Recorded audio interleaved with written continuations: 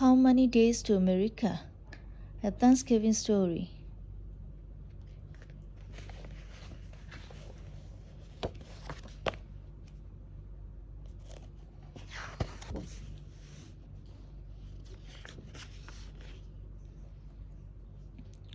It was nice in our village, till the night in October when the soldiers came.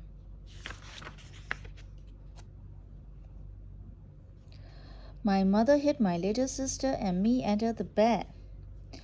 When I peered out, I could see my mother's feet in their back slippers and the great muddy boots of the soldiers.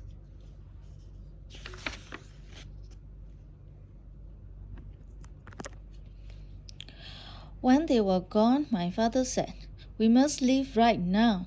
"Why?" I asked. "Because we do not think the way they think, my son." "Hurry." He would not let us take anything but a change of clothes.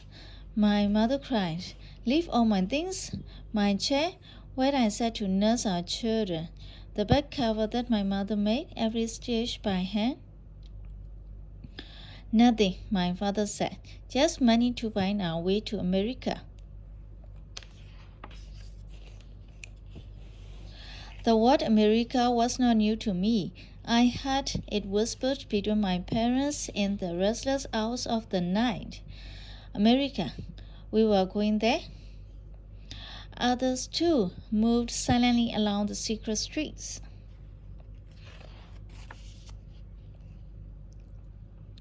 Balls popped in the dark water of the quay, and men talked behind their hands while gold passed from one pocket to another. "I must have your wedding ring," my father told my mother, "and your garnets." My mother took the ring from her finger and the garnet necklace from its little bag, buried deep in her bundle. She did not speak. My father said we would leave when it was still dark. "How many days to America?"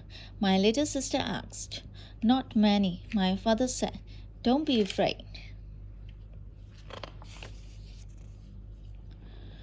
The fishing boat was small, and there were many people. More kept coming and more. We checked heavily from harbor to open ocean. "Can we see America yet, Papa?" All the time my little sister asked questions. "Not yet," my father said.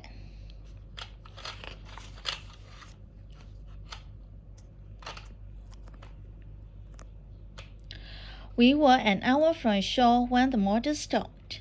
The men crowded the engines. "A part is broken that cannot be fixed," my father told my mother, and her face twisted the way it did when she closed the door of our home for the last time. The woman made a sail by knotting clothes together, and when they pulled it high, I saw my father's Sunday shirt blowing in the wind. But the sail carried us back toward our own shore, and men shot at us from the cliffs. At last we got the boat turned in the right direction. "How many days to America now?" my little sister asked. "More, my small one," my father said, and he held us close. I saw him tug at my mother across our heads.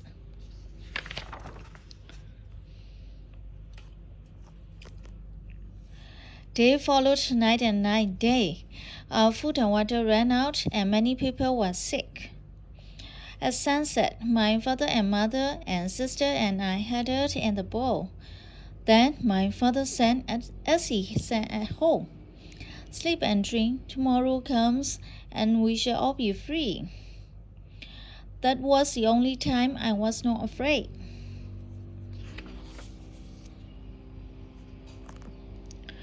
By day we fished and shared the catch. When it rained, we caught the water in our buckets. I slept and dreamed of home, of food, of my favorite uncle who worked with my father in his shop and who had stayed behind. Sometimes I cried, and then my mother would rock me against her. Once we saw a whale, gray as an elephant and covered with barnacles. "Come push us away," my mother called. "Push us to America." But the whale did not hear.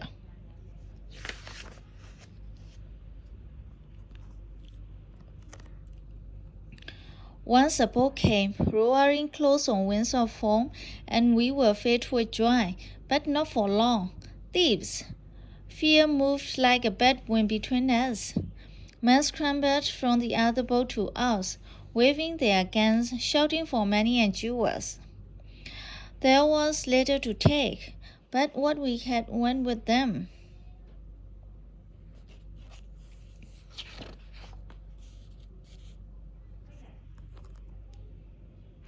Once there was a shout of land, and we crowded the railing. But though we put on the sail, our boat would go no closer. We would swim for help, my father said, and he and two others jumped into the water. No, my mother cried. But they were gone already. When at last we saw them rise on the green roar of the surf, saw them carried to shore, we danced and cheered. But there were soldiers on the rocks. Everyone was quiet, and my mother gripped my hand. They are bringing them back, she whispered.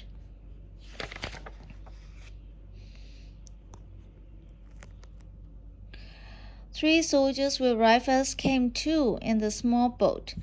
They brought us water and fruit, but they did not speak or smile as they tossed it up to our waiting hands. Was it not the right land, Papa? I asked as the soldiers pulled away. Will it not do? It would do, but they will not take us, my father said.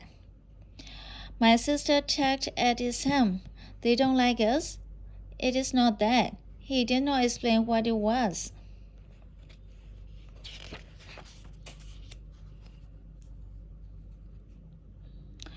Our family got 2 papayas and 3 lemons and a coconut with milk that tasted like flowers. The sea was rough that night, and my father's song lost itself in the wind. I said the words as the stars dipped and turned above our heads. Tomorrow comes, and we shall all be free.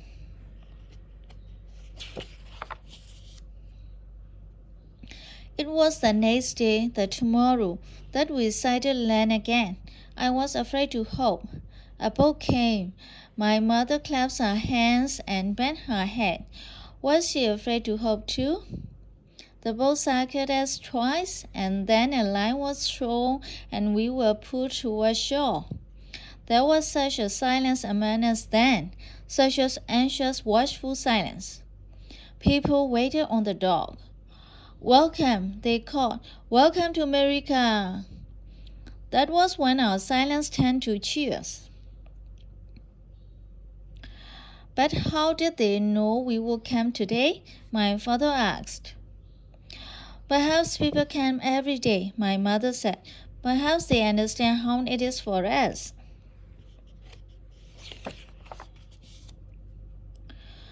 There was a shed warm from the sun on its tin roof. There were tables covered with food. Though the benches were crowded, there was room for all of us. Do you know what day this is? A woman asked me. She passed me a dinner plate. It is the Coming to America Day, I said. She smiled. Yes, and it is special for another reason too. Today is Thanksgiving. What is that? My little sister was shy, but not too shy to ask her questions. Long ago, unhappy people came here to start new lives, the woman said. They celebrated by giving thanks. My father nodded. That is the only true way to celebrate.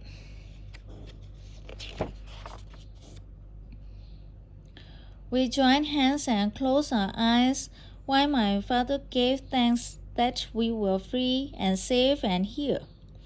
Can we stay, Papa? My little sister asked. Yes, small one, my father said. We can stay.